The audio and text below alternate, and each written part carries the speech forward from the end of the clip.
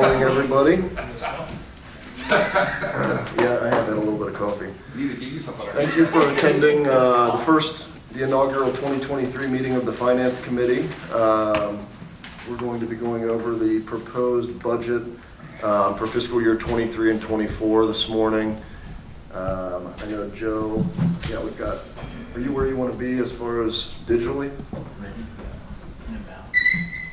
You don't have as much time as it takes me to. Okay.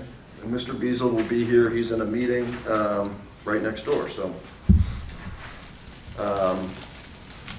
Joe, I'll let you take the lead if you'd like to. Sound, you're rolling.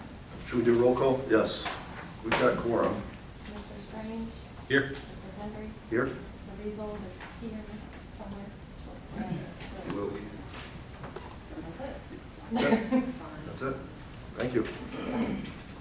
All right, so hey, thanks everybody for being here. So I want the, your mic on, Joe? I'll actually speak into it. It's one of the few times you all actually get to listen to me talk.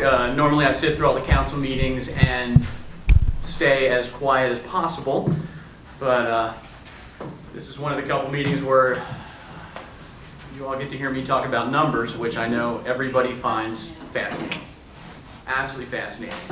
So as we've done in years past, the top sheet here is a budget narrative. All it really is a kind of a short, sweet version of what's included in the stack of paperwork under it. All of the line items, all of the expenditures, all of the amendments, and everything else.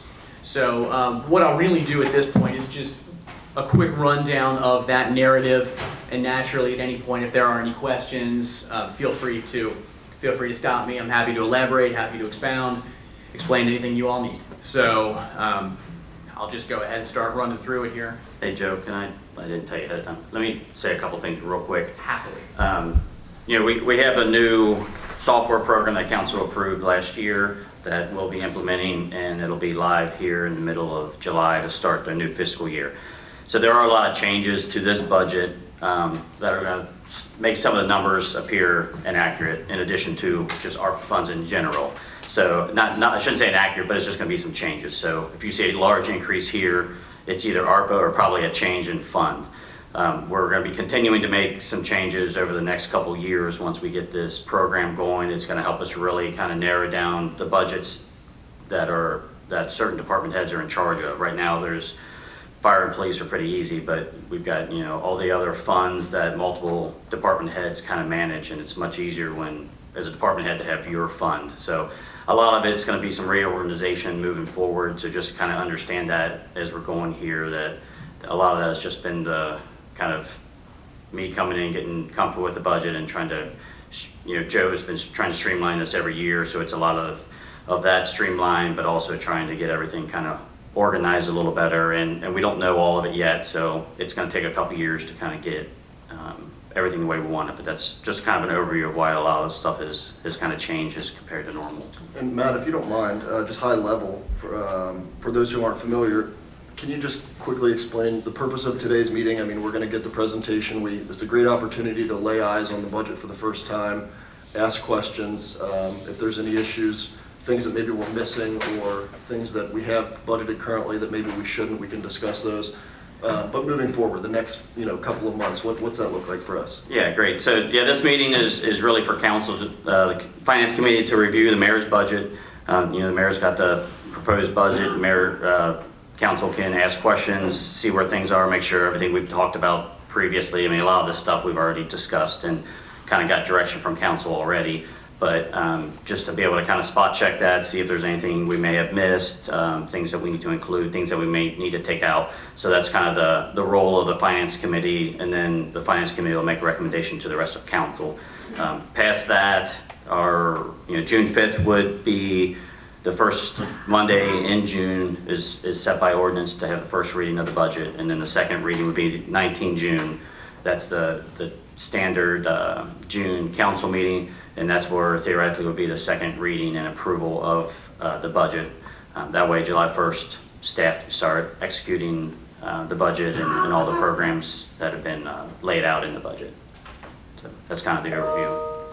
Awesome, and I'll just add that anxious to work with Matt this year. I know last year he kind of came on halfway through, and there were a couple of issues that we added in, in the middle of the year. I remember allocating some money for the fire truck, for example, things of that nature. So hopefully moving forward, this will be, comprehensive, and we can have our eyes down the road and not have to make adjustments midterm. So thank you for all your work, and excited to hear it go.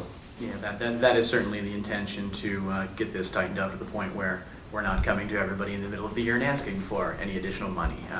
It's all a process, and we are certainly getting there, and this is a great first step.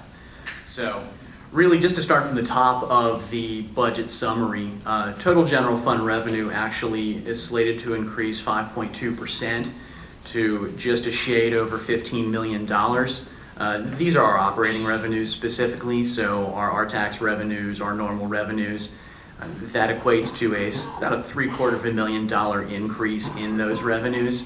The first of the enormous numbers that we look at, the first of the striking ones that Matt was talking about, our revenue after transfers actually shows a 25% increase due to an increase in transfers of 234.8%, or about $3.17 million. This is primarily ARPA funding. These transfers in, you have about $2.5 million for the Tower Park, playground. You have additional funding, ARPA funding for Kyle's Lane, for Rossford Bridge rebuilding. That's the lion's share of that transfer amount right there. The budgeted transfers, the normal budgeted transfers, are somewhere between $600,000 and $1 million for capital purchases and debt service. So that's really the numbers behind that big percentage. It's primarily ARPA funding. So general fund expenses, and I'll expound on revenues a little more in the bottom there. I know there are some additional numbers in there. General fund expenses, this actually shows a large number as well. The expenditures themselves show almost a 28% increase. And really, this is primarily due to a change in how we're budgeting and how we're expensing these. Some of you may recall in the past we used the CBD fund, or what was the CBD fund, almost as a project fund for the last couple of years to cost center the city building the softball field, expenditures with the streetscape here in the center of town. We actually kind of reversed that. It was, to be honest, it was really a bit cumbersome. So we've actually changed to where we're trying to expense those really to the general fund department that they come from.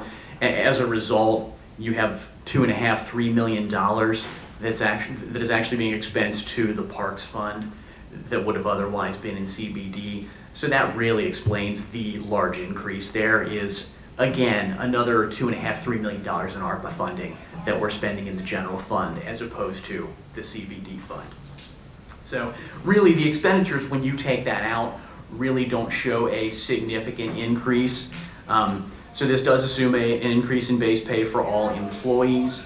It also shows a decrease in our pension funding for this year specifically.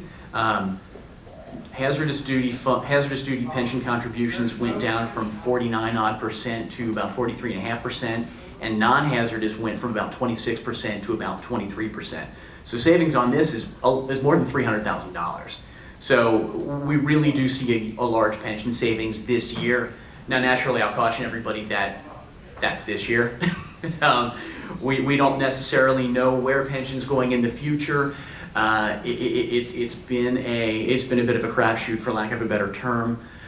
For several years, our really the set increase was 12% in pension. This is the first large decrease we've seen in a few years. So whether this represents a trend or an anomaly, I can't honestly say. But the bright side is we're saving $300,000+ this year. So we might as well use it while we can.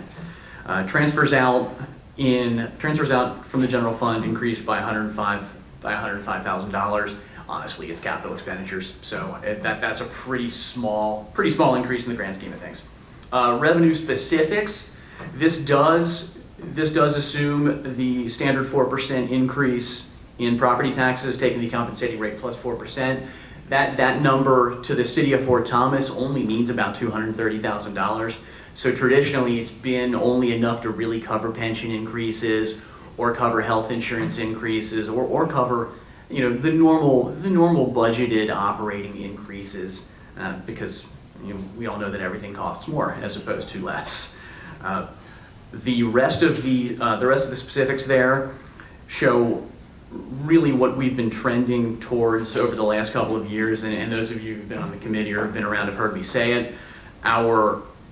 Our revenue budget numbers were, let's just say, overly conservative, and we've really been trying to firm those up lately. So you'll see about a 9% increase in payroll tax in the payroll tax budget, 3.5% increase in insurance premium tax, a little under 14% to automobile tax, and about 4.5% to net profits. All of these are still conservative numbers. I'm not really worried about hitting any of them, otherwise I wouldn't put them in there.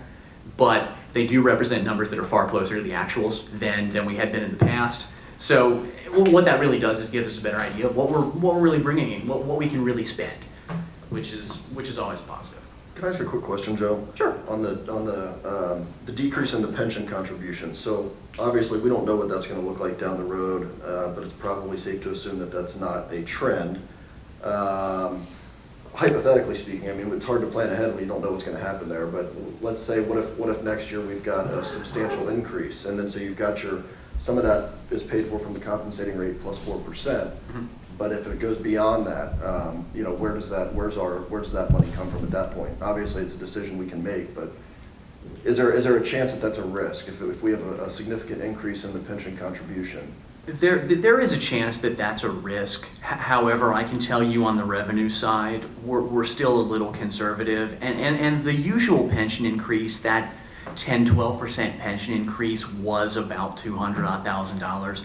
So can I say that it would be a risk? Yes, but can I also say that with the standard increases in our payroll tax and the various other revenue lines, that we could probably absorb that? Yeah, we could probably absorb that, as long as it's kind of the standard increase, that 10-12%.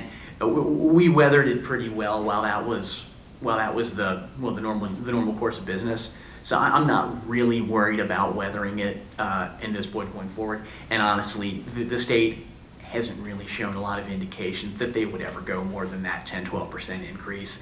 And I mean, there would be we'd probably have torches and pitchforks if they looked at a 15-20% increase anyway. So would it be outside the norm? Sure. Is it something we could weather with the normal increases? Yeah, we could. I'm not too worried about it. And otherwise, we're responsibly prepared for whatever may happen next year. So that's good insight. Yeah, on the operating side, we're still pretty responsible. I'm not really worried about that. Like I said, I'm not going to put numbers out there that I don't think we're going to hit. So that gives us a bit of leeway. And for capital expenditures, we still have a pretty healthy fund balance to come up with any big one-time expense. So departmentally, it's actually pretty quiet in the grand scheme of things. So if you go a little further down, you'll notice I've got the departments listed by specific department down there. So we can start with the mayor's office, which is kind of city administration. This only shows a 5% increase from last fiscal year. This is almost all due to wage increases. Even with the decrease in pension, we still have some wage increases, some health insurance increases. Normal personnel costs have gone up. The finance department shows a slightly larger increase, and that really is due to additional costs for the finance department's upgraded accounting software, which we may throw a small party in the finance department when that gets implemented. That's a huge step. But there are additional costs that come with that implementation and ongoing maintenance. The police department actually shows a pretty small increase of 6.5%. Again, we're looking at personnel costs, specifically wage costs and health insurance costs. And they do have some additional technical equipment costs, including license plate readers and other cameras. But some of those costs actually do have offsetting revenues. So some of these are grants. There's a small match on our part normally, obviously, but some of these things are covered by grants. So we're not eating all of it. There are some grant expenses in there as well. Aside from that, it's the normal couple of police cruisers that we replace every year. Hey Joe, can you go back to the finance department again for a minute? Certainly. We can try to get on microphone, because sometimes the... Is it on now? Oh, yeah. I got you now. On the page Finance Department expenditures, is it the 139,000 under professional services that is for the new software? That is correct. The final pay for the implementation of that software will be in the next fiscal year. And actually the total amount increases anyway because the annual maintenance costs are about $5,000 more than what we're currently paying. So 114 from the current year we're already paying for the existing software service. Correct. So the new software service is going to cost a little bit more, but it's going to be a much better system. It is going to cost a little bit more, but this is a situation where we're going to see some real streamlining of what we do departmentally. It's really going to be a huge benefit, and I can certainly say it's worth every penny. And it's also going to give us the ability to do more like payments online, that kind of stuff with the website as this gets implemented. Correct. We're actually working on updating the new the website right now, along with with the branding initiative. We're working on that, and additionally, I mentioned earlier, we had a meeting with the implementation people from Springbrook Software yesterday. They do have tax software. That tax software actually can be used effectively as an online tool. So moving forward, yes, it's our intention to have online payments, to have online access to tax bill information, and the whole 9 yards. I'm surprised it's not costing us more than it is, based on the previous budgets, so that's a good thing. All right. Yeah, Sorry. it's the upfront costs that are large, and that's specifically why we asked, because there's some implementation costs, but the annual maintenance isn't significantly more at all. Okay, thank you. Okay, so the fire department actually, their technical equipment costs actually went down, so they're only showing a little more than a 3% increase in their annual expenditures. What's interesting, they do have something you all will probably be as happy about as I am. They actually have a new administrative vehicle budgeted. What this actually means is that one of their administrative vehicles will be kicked down into regular administration to finally replace the beautiful rusting red Chevy Tahoe that drives around town. So Rondell's Tahoe may finally be, let's just say, gloriously retired from the city of Fort Thomas. We gotta put it in his front yard. We probably should park it in front of his house with a bow on it. I think would be a... Yeah, but yes, the two Explorers that are currently in the fire department are both in great shape and both function very nicely. So one of them will be kicked down to effectively become the inspector's vehicle in general services. So the Tahoe will be off the road finally. That's good news. What about that red Dodge pickup? Because I remember hearing last year that was becoming a bit of a maintenance. It's not. It's only a maintenance nightmare in the fact that it's a bit rusty. Okay. It runs fantastically. So that one actually, as we've done with previous vehicles in the fire department's new pickup truck actually did arrive. It's a 2500 HD sitting out there in the parking lot right now that we talked about actually in council last year, if I'm not mistaken. The old red truck, the old red Dodge, is going to go down to general services. So they'll repurpose that. That'll get used. It's a 4-door pickup truck with a V8. So you can tow a trailer with it. You can do whatever you want. And let's just say the appearance is perhaps less important in public works. Okay. Here we get to one of the other enormous numbers. Recreation Department, Parks and Green Space is showing a nearly 400% increase. As we talked about earlier, this increase is simply because we're costing all of those expenditures out of that department as opposed to the CBD fund now. The previous number, I think it was a $3 million odd increase in expenditures in that department. Here we go. Yeah, total for parks was about $500,000, about $500,000, and this year it's looking about $3.6 million. So we had about a $3 million increase, and that's just capital expenditures coming out of a department where they didn't previously come from.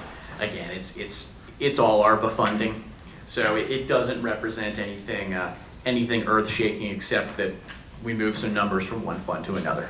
Joe, let me give a little bit of history of that. A long time ago, the city sold the houses on Green Street and took that money and created the Tower Park Fund and used that money separately just to do upgrades to Tower Park. And part of what Matt was saying earlier, part of the reason of getting away from these funds is with the new finance package, getting everybody their own budget so that they can have control of the budget, because right now some of the department heads can't even see what their budget is, which makes it difficult for them to stick to their budget if they don't know what it is. So this new program is going to help that, and with that the idea is this Tower Park Fund ended up being just for Tower Park, and then we utilize that fund for the CBD, and then we utilize it for this, and it's kind of like, okay, let's get back to a more standard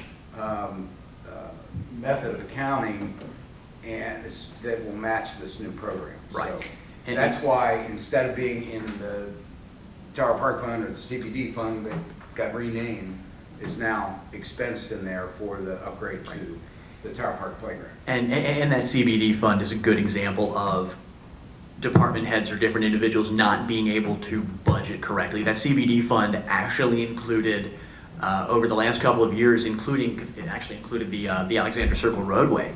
So you had an Alexander Circle roadway that was primarily a road function budgeted by the General Services Department. You had events, which are primarily a Renaissance, Chanda sort of thing. You had the farmer's market, which is the farmer's market. You had the city building, which was an administrative function. You had 4 or 5 different departments budgeting within that single fund.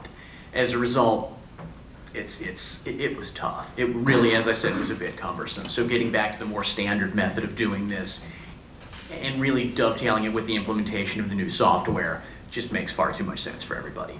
Okay. And one thing I keep thinking of, this new software, I've heard quite a bit about it, Springbook. It might behoove you guys, once it's out and updated and rolled out, to put together, and maybe you've already done this, so excuse me if you have, but put together a highlight sheet, just to, a lot of people in town probably don't care, but some certainly would, and there's, it sounds like it helps a lot from accessibility for department heads, easy use for community members, and just overall efficiency. So you might as well brag about it a little bit, I think. Oh, no doubt, no doubt. Again, it's a brag that some people would pay no attention to, but it's a brag that some people would really enjoy. Especially when you start talking about the long term of accessing tax bills online. I mean, that you don't know how many phone calls we get on a daily basis for tax information, for loan closings and things of that nature. Something as easy as that being online cuts down on really cuts down on the number of phone calls. We're talking an actual productivity increase, which is kind of fun. Okay, so I actually split this one out, as the mayor asked before. The number wasn't as striking and as easy to talk about when I put them all together. But streets and property maintenance, this is really the Greg Mounts building maintenance and the street maintenance itself.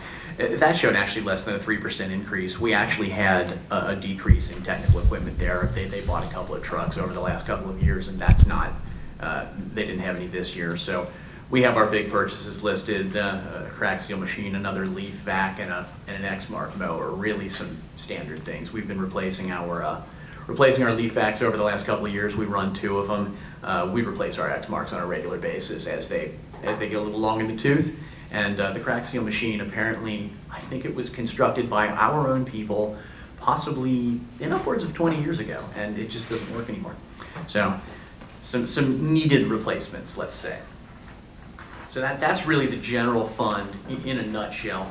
Again, the majority of the numbers aren't really way off base compared to where we've normally been. It's just when you throw those project funds in there, it looks a little different. So on the specific fund side, the KDOT fund actually shows an increase in operating expenditures of $667,000. Again, this is ARPA funding right here. You'll notice that we increased the budgeted number for the Rossford Avenue Bridge from $250,000 to $500,000, and we have have $500,000 for the Kyles Lane reconstruction in there. So both of those were ARPA funds that we discussed. Actually, Kyles Lane was one that we've been discussing for probably a couple of years now, if I'm not mistaken. So Kyle's Lane's finally going to happen, and we had to allocate additional for Rossford Avenue. The actual street program itself is really fairly standard. We don't have any, we're just repaving a bunch of streets and just doing what we've been doing. So the program itself is pretty easy. The next one, the health insurance fund, this actually has worked out really nicely. As you know, the city, this will be the 6th year of our self-funded health plan. And while the total expenditures actually have increased over the years, we were looking at between 25 and 50% increases on our fully funded health plan. And as anybody who was here can attest, that fully funded health plan towards the end was a pretty horrible health plan. We were trending very quickly to a high deductible plan, which is really difficult for recruitment and retention. So moving to that self-funded plan, while costs have gone up, they've increased far less than they would have with that fully funded plan. And our health plan, as anybody who's on a self-funded plan, the government self-funded plans in Northern Kentucky are pretty similar. As anybody who's on one can attest, a self-funded health plan is really a nice health plan. So, costs have gone up. As usual, I'm assuming a 15% increase in all those costs. Thus far, we're having a pretty good year. So expenses are trending fine. I'm not worried about any big numbers or anything. So the plan's healthy, and we're looking at, as usual, an increase in our fund balance on that. So that's been over the long term, it's going to be a huge positive. But over the short term, we've already seen some returns out of that one. I do want to speak to that real quick, because that's something that we highlight and look at every quarter with the insurance company, and that's the benefit of having self-funded is it is a huge recruiting and retention plus, because it is a very good plan. It does save us money compared to the open market, but additionally, we're able to actually take a look at our plan, see what the employees are doing, see if there's any abuse, and we can adjust that mid-year or at any point. When I came here, that was one of the first things we did. We took a look at ER visits, for example, and are we abusing those? Is that because some of the recommendations from our vendor is to increase certain expenses, and because of the increases, it's not a huge amount of revenue, but it is an impact on employees. So my question always is, are we abusing it? Is there a reason to? Because for like co-pays and things like that, ER visit, co-pays, if we're raising them, it needs to be changing behavior if we're really raising them, because the offset for revenue isn't anything to even speak of. So, just for example, they did a really good analysis on all the ER visits over the last 12 months, and not a single one of them was an inappropriate ER visit. Those are things that we look at every year just to make sure people aren't using it as a doctor's visit because they prefer the ER. And the employees are doing a really good job at understanding that this is self-funded and it's our plan, and if we abuse it, then rates have to go up and things like that. Locations on where they're getting their prescriptions makes a big difference when you start looking at that. It's kind of two parts that I really pay attention to, is the prescriptions and then the actual healthcare, because both of them have a lot of money savings. And the employees, as soon as I got here, from looking at all the data and having them pull it for us, are really appropriately using it, and it's just an overall a great plan. It's a great benefit, and the employees are using it appropriately too. So. Who runs the administrative services for that? Cheryl Morgan. So it's all internal? We don't have there isn't a private healthcare insurance? No, well, so Cheryl Morgan is obviously our broker. They're who we take a lot of our advice from. MedBen's actually the company that does the processing. Okay. So they're actually the benefits administrator. They're up in Newark, Ohio. MedBen's been pretty fantastic. They do a really nice job. They're easy to find. They're easy to work with. So we've got that, and then obviously trying to think who our high claim insurance is with right now. Was Sun Life, but What'd you say? I'm sorry. Our high claim, our stop loss is with,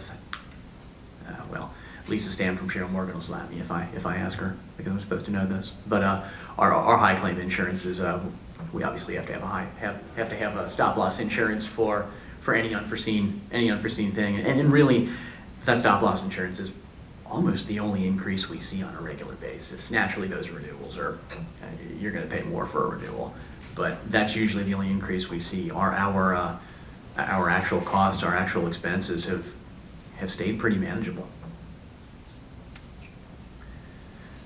Okay, the debt service fund is possibly the least interesting of all of these funds now, simply because we are down to a single debt issue. As you all remember, that was the refinancing of all of the debt that we currently had. Really, it was the last of the CBD fund, the Midway District debt, and then the additional debt issue to cover the renovation of the city building. That's the only one we have.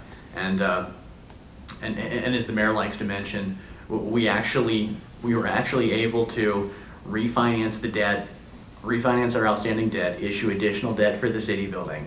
And because interest rates were low, we actually ended up paying, with the retirement of a little bit of debt for the city, of the police department renovation, we actually ended up paying pretty much the same amount of debt service that we were paying before. So we were able to renovate the city building, do some additional things, and really not pay a dime more, which was one of the bigger no-brainers of my accounting career.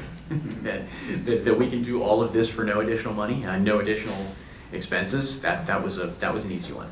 Well, we just stay in debt a little longer. Yeah, we do. We do, but we were, like, truthfully, we were going to. We were going to anyway, because we would have, had we done that, we would have likely issued debt for the city building anyway. So it's Money we spent. So it's, yeah, it was, as refinancing debt goes, it worked out really nicely. Plus plus the percentage of, the ratio of debt to total budget for the city of Fort Thomas is really, really low. We have, compared to other municipalities, we don't have a lot of debt. I love to hear that. I didn't realize that. We do a really nice job. Well, we've got, we manage our money well, we have decent reserves. So we actually, as opposed to some other municipalities, we can actually ask ourselves the question, do we take this out of reserves or do we issue debt?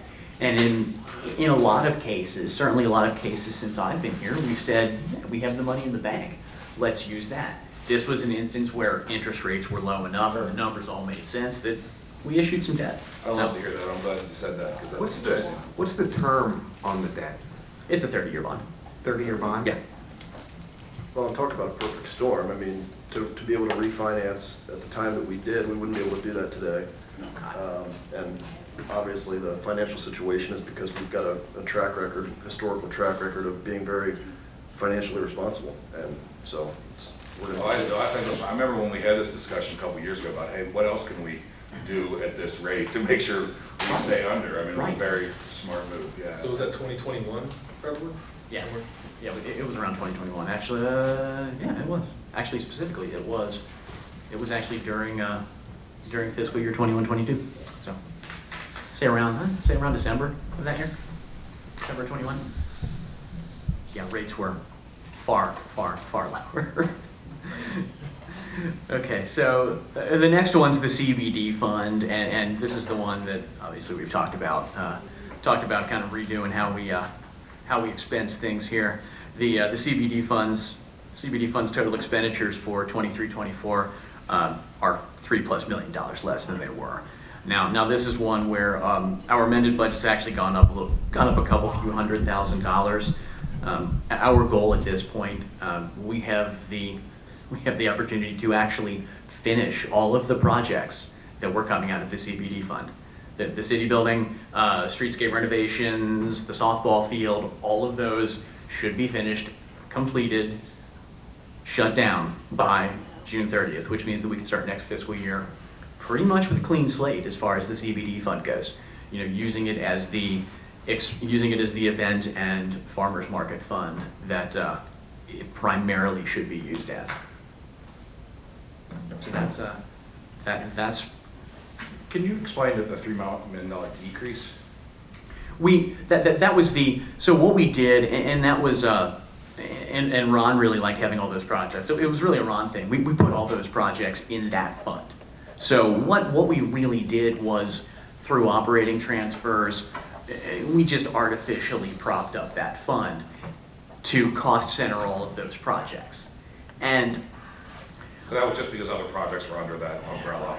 right? So we just, no, I get it. It really only existed for Central Business District. It was created with the small payroll tax increase for the town center project in the early 2000s. That was its primary reason for existence. And I guess we'll say it got a bit out of hand. So we reined it back in to about what it should normally be doing. And last but not least, the waste fee fund. This one's really primarily a pass-through, but we actually have to renegotiate that contract this year. We'll have to bid out that contract, our contract with Rumpke. We had two-year extensions. It expires on August 31st. So we're going to start working on bidding that one out. I can tell you historically, we don't spend less money for waste after we rebid it. I have a 10% increase budgeted in here, which historically, it's about where we've been. However, that's one that will be reflected in the waste fees. So when tax bills come out, the waste fees will probably be, they could be 10% higher. Did you say our current contract is August? Until August. Okay, and what's the likelihood, I guess this isn't a fair question, but how many players are in this game besides Rumpke? I mean, we don't have a ton of options. We don't have a ton of options. There's about 3. Yeah, I was going to We say should 3. get, if we're lucky, and we'll obviously reach out to them, but I think there's 4 in the area. 3 of them will hopefully get bids, that 2 of them will be reasonable to look at. And the biggest issue in the last couple of years has been recycling. That's been the costs on that on their end has been dramatically higher due to some countries not taking recycling like they used to. So that'll probably be the largest part of our increase is recycling, if history tells anything. So it's not a fun process for staff to bid this out and analyze it and then present it to council to pick the best of the worst. Right. It's Well, it's a not necessary fun. evil. It is. And- But so residents, taxpayers can expect to see an increase, maybe call it 10% for now, and that'd be in the fall at their taxpayer. Correct. So 10%, 17, 18 bucks. Yep. 17, 18 bucks a year, which on one hand, it's a $17, $18 increase. On the other hand, it ends up being a pretty darn good deal to have somebody pick up all of your garbage. I don't know. How long do those contracts last? It's 6 years effectively. 6 years. It's usually a 2-year contract with two extensions. And there are built-in increases. They were 6% for this most recent contract. They were 3% previously. Yeah, I can tell you from personal experience, just on my dumpster getting pulled once a week, that it is a battle every 6 months because the cost of increasing gas in the last few years and stuff like that. It's just. A lot of contracts will add in fuel surcharges now, which kick in at a certain, and it's not as easy to compare bids like you would for a project. I mean, there are a whole lot of different elements that even on its face it looks cheaper, but if they lock in the diesel rate at $3.50. Do they lock in a rate? Do they lock in a gas rate? The last time I did this, less than 2 years ago, it was, Not with us, so. yeah, one of them was a reasonable gas rate, the other one wasn't, but if you weren't paying attention, we looked at it, and 2 months into the contract, it would have Okay. increased the rate, so good thing we didn't do that. So it's just, there's a lot of staff time to really analyze and put it out, and then obviously we'll present it to council as accurately, and then the decision will be yours to.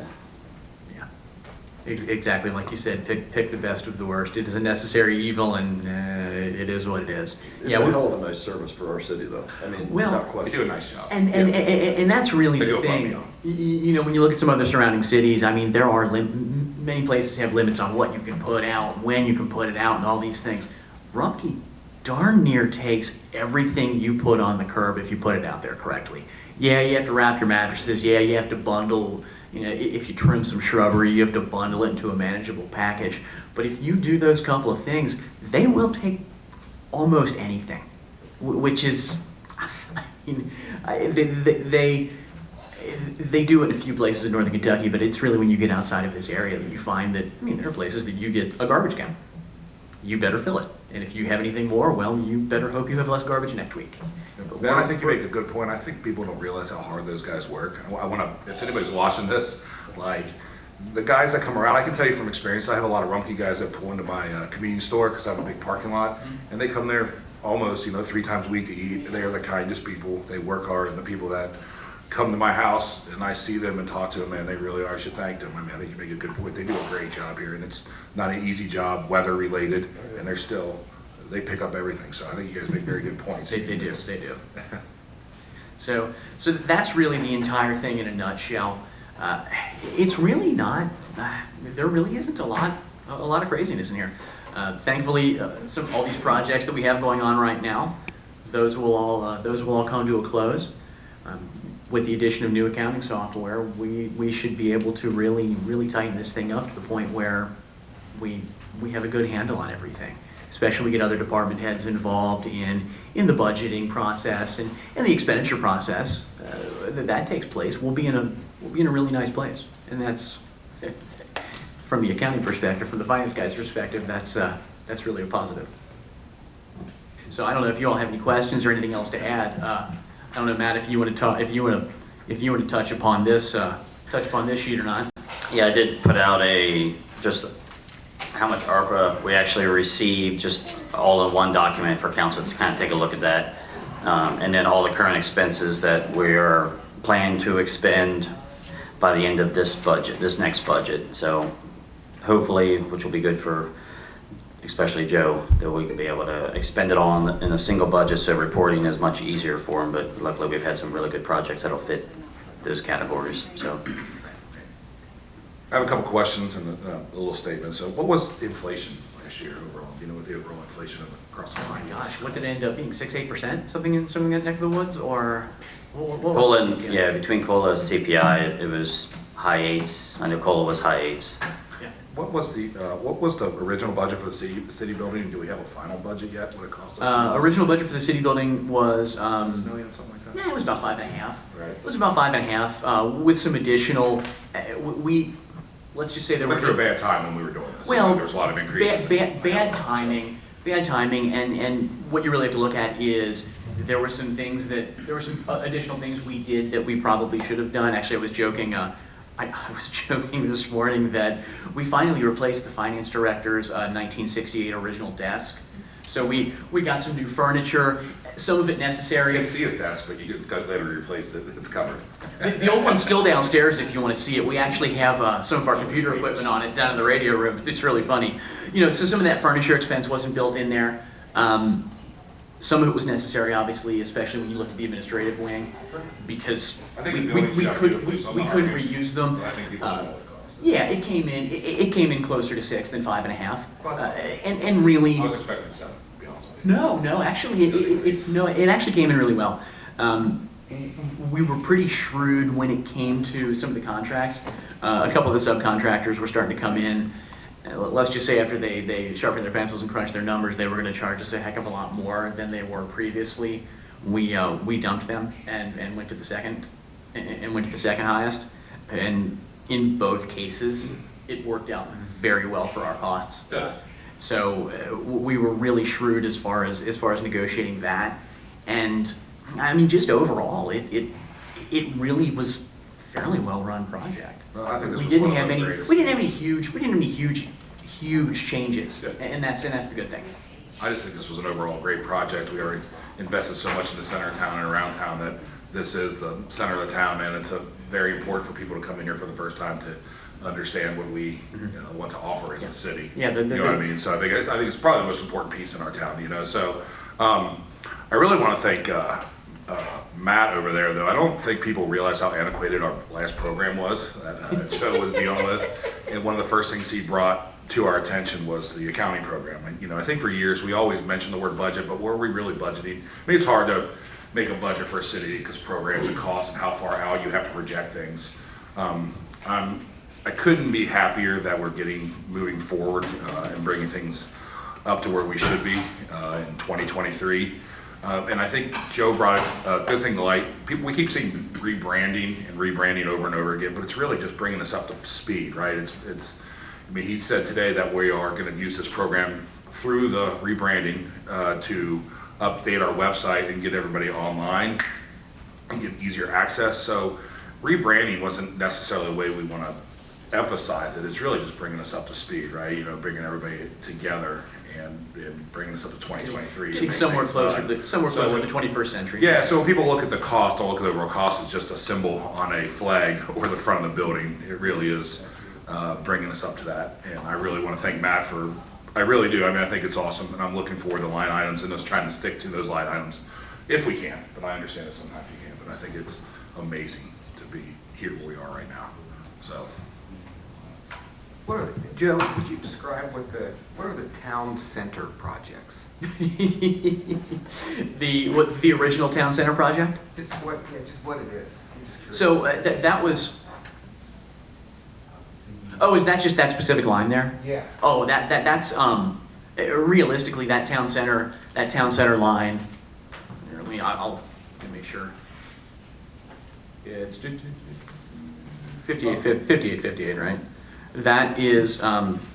really primarily all the streetscape improvements that we had budgeted. So it's streetscape improvements around One Highland, streetscape improvements really, it was changing the contour of that turn right there in front of the Shonen building, all of that stuff, the wall there. It was primarily the streetscape improvements there, up there in the center of town. And then, what is the rental?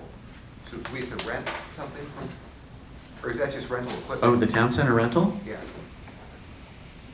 The town center rental is the amount that the city pays to Fort Thomas Enterprises every single year. I actually moved it into a different line, so it doesn't show up in 23, 24. But the town center rental is specifically what the city of Fort Thomas pays to really rent the land that the clock tower sits on.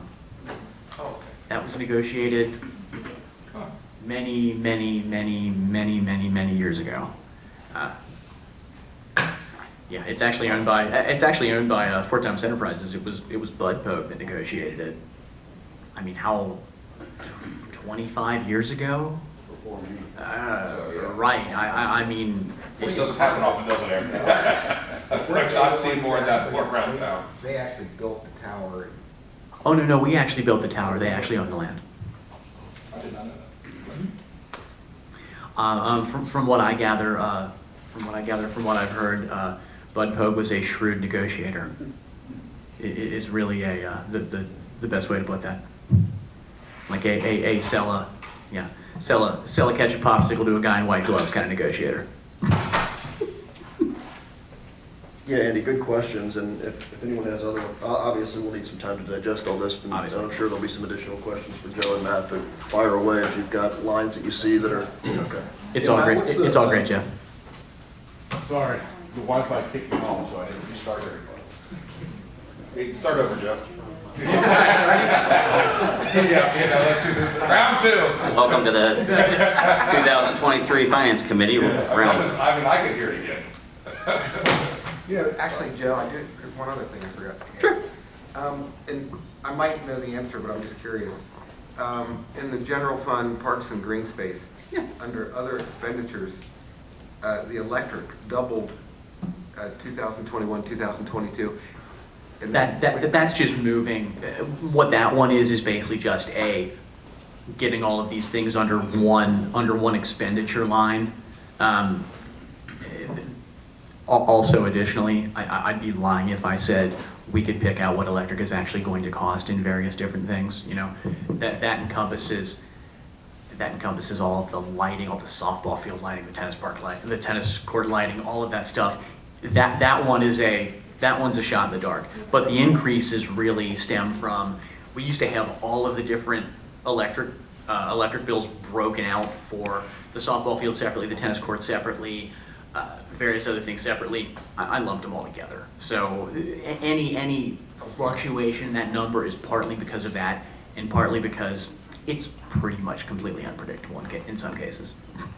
Yeah, and the other issue with when you separate out all the electric to like all the public works electric, police electric, those department heads have no control over that, right? I mean, right now there's a rate increase that Duke's looking at, which is going to be another variable part, and everything else, right? So it's easier just to go ahead and lump it into what Joe and I look at, because I'm not going to ask Chief Kilgore, what do you think the increase in your electric's going to be this year, and make sure that's in your budget. We can turn the lights off when we're done.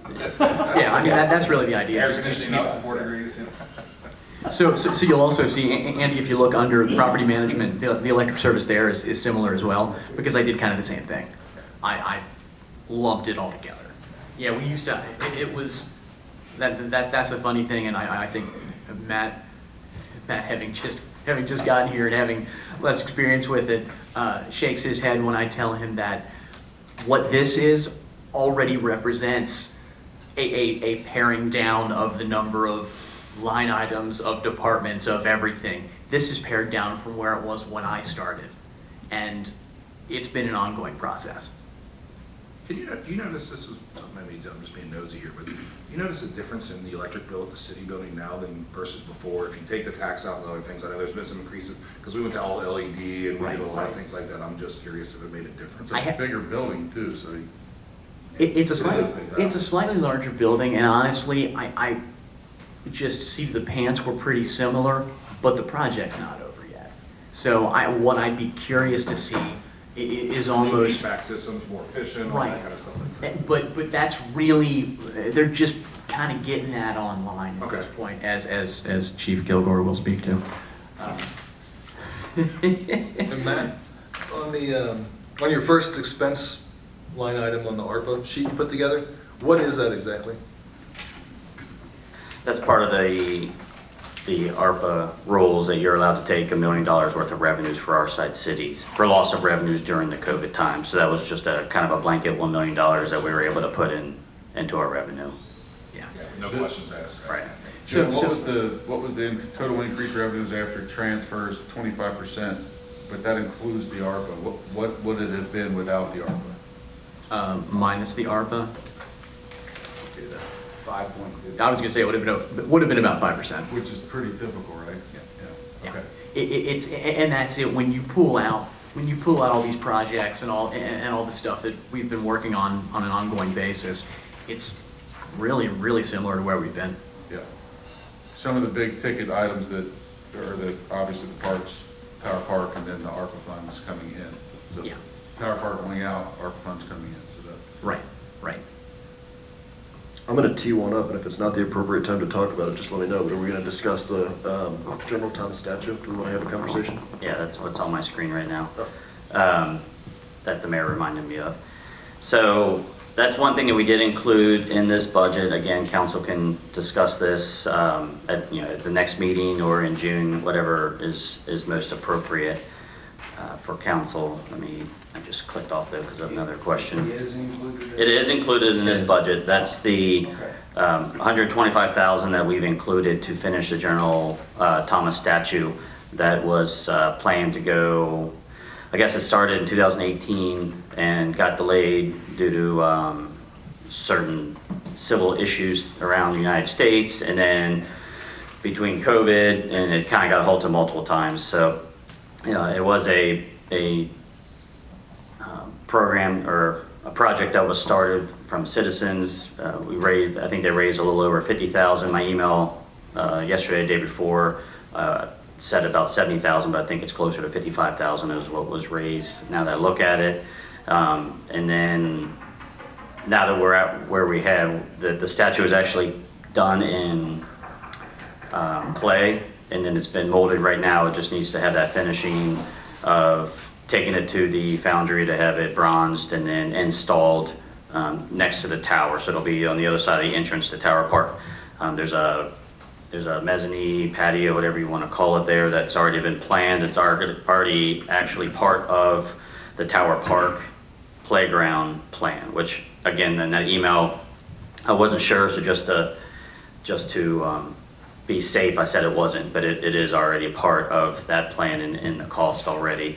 So the 125 would finish that project, get the statue sent to Colorado, bronzed, and then back and installed onto the platform that's already been there. It's one of those projects that started, like I said, years ago, obviously before me, but we're kind of at a decision point. We're already redoing the park. It's really perfect timing for that kind of unveil the new park, unveil that corner. I think it does look really nice. I think it's a great entry to the city. The research that's been done by the sculptor on the actual statue is phenomenal. I mean, the details that he researches is really good. We do have a lot of community money into this, so it's one of those things, what do we do now? Do we just let it die off and those people lost their money, or does the city step in?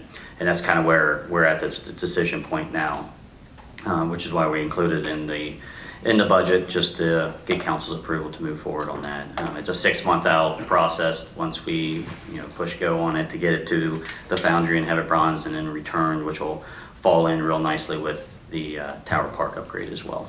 Is that included in the capital project budget of other expenditures under the Parks and Green Space? Yep. Yes. 1042, 5816. There's With- 125? Yeah, in that line, there's the park, the HVAC system for the mess hall, and the statue. Is the HVAC in 277 or the 31? It should be all in that same thing, right, Joe? I thought we talked about Actually, that. no, the 277 actually ends up in, 277 actually ends up under the community center on that next page there. And The, that's where the HVAC is? Yeah, that's where the HVAC is. That one actually, is that not 520 for Tower Park additionally in there? That one is, Put 225. no, for the mess hall HVAC, yes. All right, sorry. But that 3.145 is 2.5 million, 125, and then 520, correct? Yes. Yeah. Yeah. I thought that's what I said, but then, yeah. I think it's all within that one line. There's It is, 3 yeah. options. So it's there, if we want to leave it there. we It's there, right, so I'd prefer to put everything in there just to show you the budget works, and we can always strip stuff out. It's a little easier that way than adding in. So it sounds like the 55 is already spent. The 55 is not still with the 501. The 55 has already been spent. There's $1,000 left over in that fund that will be part towards that. It'll be less than 125, but I don't like to say 120 and then ask for 4,000 later. So it's somewhere between 120 and 125 is what we're estimating it, and we know we can do it for the 125, but there's about $1,000 left in that fund of all the donations that have already been spent. Are we doing the skate area around it? Yeah, that's already included in the playground upgrades for Tower Park. Our staff doing it, or our employees doing it? In-house? Hopefully not. We're trying to bundle that all up into that contract. Gotcha. So the 125 is just for the bronzing and the installation? Correct. That's just to take the actual statue, complete that, and get it set. So that's for the installation as well. There was a lot of excitement back during the sesquicentennial about the statue, and we were moving full speed ahead, and then all of a sudden, people started tearing down statues all over the country, and we just said, time out, we're just going to let this project just float away, because we certainly didn't want to do it then, but now I think we're beyond that point now. And on that point, during the branding process, Brand Fuel did extensive research on General Thomas, and they couldn't find a negative thing about him. So, in addition to everybody else that have told us up to this point, I felt much more comfortable now that we have a third party who has researched it and it confirmed once again that of his impeccable character. I think it's the time to move forward. Did they stop raising private funds for it at the point at which it was paused for the reasons you mentioned? 2020 was the last funds received from That doesn't mean we can't ask again, once we get the project going. I think it's good, if we want to pursue this, put it in the budget so we can do it and get it done, we can always go back out there and say, would anybody else like to donate to this project? Yeah, and again, the council could say, we're only going to authorize 100,000, and somebody else is going to have to donate to the other 25. However council wants it. I just wanted to show the big number and kind of have that open discussion for you guys. A couple things, and I think we should have a discussion because we've got a few council people here in the name of transparency, but one of the ideas for if we were to raise more private funds, we're not selling bricks up here, right? That doesn't fit with our design. Correct. Not to my knowledge that there's been anything sold like that. It's all been straight donations. I'm sure there'll be a plaque. Well, I mean, if we said we needed to raise another 20 grand or so, we don't want to sell bricks and. I prefer not doing that just because of there's a lot of, long-term issues with that when 100%. things come up or change, things need to be changed, and then you have all these bricks.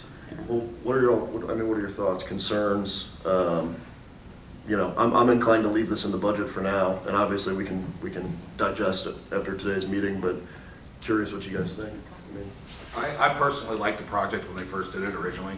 I was a little, you know, I think there was always going to be a little bit left for the city. I mean, it was a big project. Of course, it was half the cost back then than it is now. Fundraising didn't halt. It was a bad time, you know what I mean? But I think when it comes to rebranding, I think there was a little bit of angst towards General Thomas moving away from the symbol and the tower moving on there, even though nobody shares pictures of General Thomas. To have him next to the biggest icon in the city and pair them together, I think is a perfect lead into our biggest asset, personally. You know, I mean, I don't like picking up the bill necessarily, but we also hung a heavy hat on this artist. We've done a lot of work, you know what I mean, for it, even though it was left behind for certain reasons. I personally think it's a great addition to the park and blends well. And My- maybe my once the take on it. statue goes up, we can take our logo back to what it was. Maybe.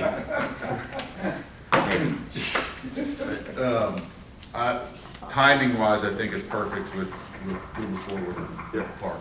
And it just makes sense because that whole area is getting redeveloped and we're gonna move forward with it, so we might as well move forward now. Yeah, I agree. I just wanted to make sure there weren't any outstanding concerns that we wanted to talk about, or, I think it's great. okay, okay. I probably would have gone through with it regardless of the personal donations, maybe not to that size or scale, but that eliminated by the cost they raised, you know what I mean? It really is gonna be set the entrance aside. And we're blessed to have the personal donations that came in as well. I mean, just from the renderings I've seen, I haven't laid eyes on the statue yet, it's gonna be pretty darn neat. It's definitely impressive. Yeah, I think they're using stone below too, that matches the wall. Yeah, we have the stone that matches the wall from the same quarry that's going to be used for the base. I mean, it's not going to be just sat out there. It's going to look really nice. And Chief Kilgore already said he's gonna staff that 24 hours, right? Absolutely. It'd be kind of like a Tomb of the Unknown Soldier thing with the changing of the guard, right? Whatever it takes. Yeah, okay. Whatever council decides, we will do. Yeah, I agree. I think the timing's right. I like the idea. I guess the only question is, do we ask for, you know, for the private donation side to run its course since it got shut off, you know, because of those events? That's the only question I would have. I think we could go at it, go ahead and do the statute, get the thing done, and, you know, hold off on doing, you know, a plaque that shows the donations and maybe give people an opportunity. If you would like to donate, you're gonna do a plaque and here's where it's gonna be or whatever. And we still need to do that with the Charters of Freedom and keep putting that off, but we need to put the plaque up of all people that donated to that as well. So we could do that as a separate event at another time in the future. Sure. I find it hard to believe once it's funded, you're gonna get too much more money. But I do think it's a great addition to the park. Sure, good. Jeff, fire away. Where does the merchants, where does that fall? It's under the CBD.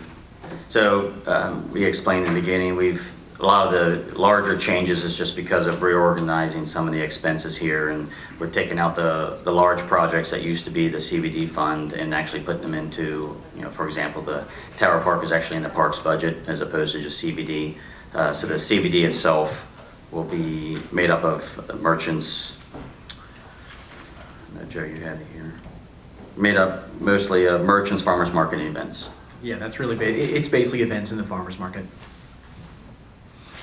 Where is that under? It's its own fund. It's its own fund. But it's on the second page of the summary. Oh, Yeah. The second page of the summary kind of lays it out, oh. just a narrative of what we did. And there's a pretty good chance that CBD fund will change again for next year. Just Joe and I are kind of looking into that. We want to talk to the auditor too, make sure we can do the things that we want to do. Right. Now, do we have the same auditor next year changes or this year changes? We have the same auditor right now, and I'm going to bid that out again. I'm going to bid that out because I don't think we've done that in a while next year, because it's always good to have a fresh set of eyes from an auditor after so many years. Oh, yeah, absolutely. Okay. Oh, yeah. Then, health insurance cost, I saw that went down. But hedges. then that could go up. It went up. I mean, we were projecting it to go up, We always project a 15% increase in the expenditures. but with it being self-funded, it is variable. We have good years, we have bad years. But overall, it's been a really good plan for both expenses. Did you guys And talk about that all? Okay, so the new guys, that switch was significant. So it's a little more work on staff, but it was a significant savings for the city. Significant. Good. Much better coverage. Yeah, so I just want to say, Matt, Joe, Mayor Haas, city staff, thanks for all the work you guys do every year on this, but it's nice to have something that can we can understand and move through efficiently, which I think we've done today. And if there are no other questions, I know we have a council meeting Monday. I'm assuming I'll probably just present a little summary of today's meeting, but we'll have first reading of the budget June the 5th, that's what it sounds like. And so in the meantime, once we get a chance to dig in and any questions, direct those to Joe, Matt, both. Correct. Yeah, as quickly as you can. If there are any concerns, questions, it'd be great to talk about it next week, at least on the 5th. If we can talk about it, at least give us an opportunity to kind of send out the suggestions in email. That way everybody kind of has an idea of what we're talking about, so we don't come there Friday or come there that Monday and council has to kind of do some research and thinking on it. Nobody likes to make that decision and vote the same day, so I always like to do that ahead of time. But as much notice as we can, and we have an opportunity to make changes on Monday. I mean, even on the first Monday, even on the third Monday, we can make some changes as long as it's small. Is the third Monday second reading? Is that what you're referring to? Yes, yeah. Third Monday's second reading. So with this large budget, it just can't be anything that's a meaningful change. So if you're changing $25,000, it's reasonable. If we're changing $1 million, it's not, type of thing. Sure. Is that second, excuse me, is that second reading during the council meeting? Is that Correct. Yes. June 19th, right? Is what we're shooting for? Yes. Yeah. June 19th will be second reading. And that's really why we have two council meetings in the month of June. Correct. Yeah. Yes. But it's usually because the budget isn't ready by the May meeting. So these guys have done a great job to get it ready. In theory, we could have the first reading And Monday and then cancel the And- June 5th meeting if you all feel comfortable with it. But that's true. And next year, honestly, that's where I want to be. I think, especially, again, I keep saying the software, but the software is going to help us a lot with this, and I think we can easily get it as first reading for next week, especially next year, and then have a second reading in June. Always makes me nervous as a city administrator to wait till that 1 week before the end of the month that votes for the second reading, but that's just part of the stress that I get to carry. If you did this budget meeting also as a council as a whole, even at 10:30 in the morning prior, would probably answer a lot of those questions and speed it up to 2 meetings versus having discussion again because someone's not here. It's a suggestion, I don't know, Yeah, so, I mean, if council, the finance committee wants to have first reading next week, I'm more than happy, and then, we can either have that first June meeting just to do a second reading, or wait for the third Monday to do the second reading. It's up to the committee, up to council, if they Well, we want to add have it a on. good contingent of council here, everybody except Lauren, right? Or would you guys be comfortable, I mean, we'd want to let Matt know before the end of this week, certainly, if we want to do first reading on Monday. I do want to page through this a little more, and I'm sure I'll have a couple of questions, but. Yeah. And I'm not trying to rush anybody, don't. I think Lauren, I think if you make sure you sit down with Lauren, have even a personal meeting with her prior to this, I'd be comfortable with that. I just want her, it's her first year doing this. I remember I had a meeting before the first budget meeting, me, Dave Cameron, and Ron Dill, and you did, because it's a lot to comprehend. So I would feel much better if she had the same experience we did beforehand. And again, even on, next Monday during first reading, we can have discussion and even make changes. So we have plenty of time to make changes. If anyone feels rushed, by all means, let's push this back and do it in June. I'm not trying to rush anybody. Yeah, I would recommend that let's shoot to do first reading on Monday, and if we get to council on Monday, if something comes up or there's Can an always be issue, removed and we can pushed push it back. but- Absolutely. I think we should be fair to do the first reading, and then we can cancel the first meeting in June and just go with our regular third week. Is the first meeting in June the joint one with the school board? That's a good point. You're right. But what that would do, yeah, we wouldn't cancel that meeting, but at least we wouldn't have to talk budget. And that way With we the school can, board there too. right, and that's, because that was kind of, you're right, that was kind of our thing. We were going to have a meeting first. That's a long meeting. Yeah. Yes, all right. So if all council are in agreement here, we'll make that for first reading on Monday. If anything comes up, beginning meeting, we want to push that, by all means, we can push it, and then that'll be kind of the plan. Because I think, we obviously have it ready, and I don't see any significant pushback on anything. I think that sounds good. Any Thank you. further questions? If there's any significant, if we have a first reading, if there's any significant changes, then we'd have to go back to a first reading again, right? Correct. We would have to have we would have a first reading the third week in June and just follow up with a special meeting later that week or the following week. We still have time. It's just You guys Just are my- pretty organized this year. It's just my blood pressure and everything. Excellent job. All right, meeting's You don't have adjourned. much on your plate, do you?